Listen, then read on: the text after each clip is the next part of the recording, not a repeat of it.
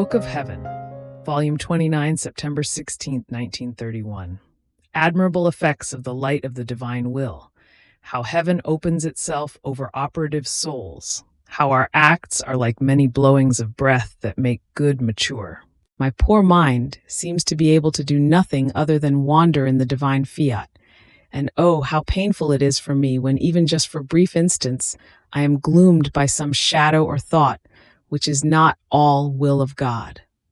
Oh, then I feel my happiness breaking, the current of light, of peace, breaking. Alas, I feel the weight of my unhappy will. On the other hand, if nothing which is not will of God enters into me, I feel happy. I live in the immensity of its light. Even more, I cannot even see where this light ends, which forms in me the celestial dwelling of perennial peace. O power of the supreme will, you who know how to change the human into divine, ugliness into beauty, pains into joys, should they even remain pains, do not leave me for one instant. Let your arms of light hold me so tightly that all other things, dispelled by your light, may not dare to molest me and to break my happiness. But while I was thinking of this, my sweet Jesus, as though wanting to approve and confirm what I was thinking, told me, "My daughter, how beautiful is my divine will, isn't it? Ah, it alone is the bearer of true happiness and of the greatest fortune to the poor creature, who, by doing her will, does nothing other than break her own happiness, break the current of the light, and change her fortune into the greatest misfortune. And as the creature disposes herself to do my will, so it keeps rehabilitating her in the lost goods, because the substance of my divine will is light, and everything it does can be called effects of this light. So for one who lets herself be dominated by it, one will be the act, but as the substance of light which it possesses, she will feel its many effects, which it will produce as the effect of its light, the works, the steps, the word, the thoughts, the heartbeat of my will in the creature. Therefore she can say, I am a single act of supreme will. Everything else is nothing other than the effects of its light.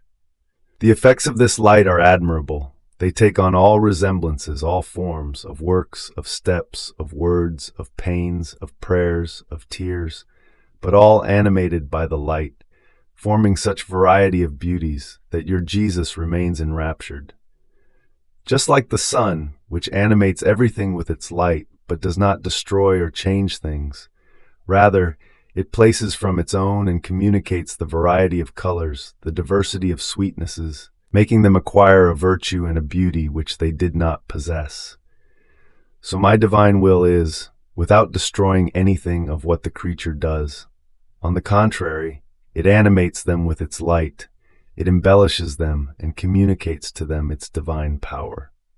After this, I continued my abandonment in the divine fiat by following its acts, and my beloved Jesus added, My daughter, each good comes out of God matured, and this maturation is formed between God and the soul.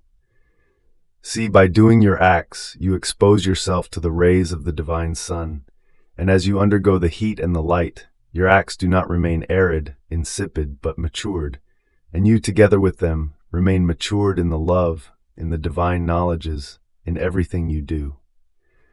And I, seeing you matured in those acts, prepare in me other love to give you, and other truths to tell you. And since of everything that comes out of me nothing is sterile, but everything is fecund and well matured in the living flame of my love, you receive the virtue of forming new maturations in yourself. This is why many times I am waiting for the completion of your acts, to give you the surprise of letting you know other truths. These, like many blowings of light and of heat, finish maturing in your soul the goods and the truths that your Jesus has communicated to you. See then the necessity of your acts in order to dispose yourself to receive other knowledges on my divine fiat, and to let me find in you the continuation of your acts in order to render them mature. Otherwise, what could I do? I would remain like sun which, while it goes through the earth, finds neither a flower to color nor a fruit to mature.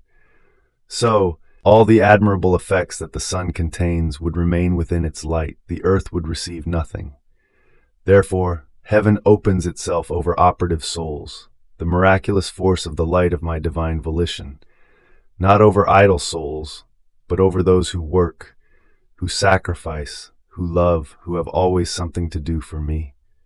Even more, you must know that the beatitudes of heaven pour themselves over the earth and go to place themselves in the soul who lives and operates in my will, because they do not want to leave her without the celestial joys and happinesses while she forms a single will with heaven.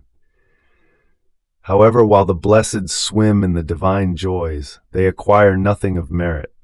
On the other hand, with the pilgrim soul, they not only make her happy, but add the merit, because for one who does my will upon earth, everything is meritorious. The word, the prayer, the breath, and even the joys convert into merit and into new gains. Fiat.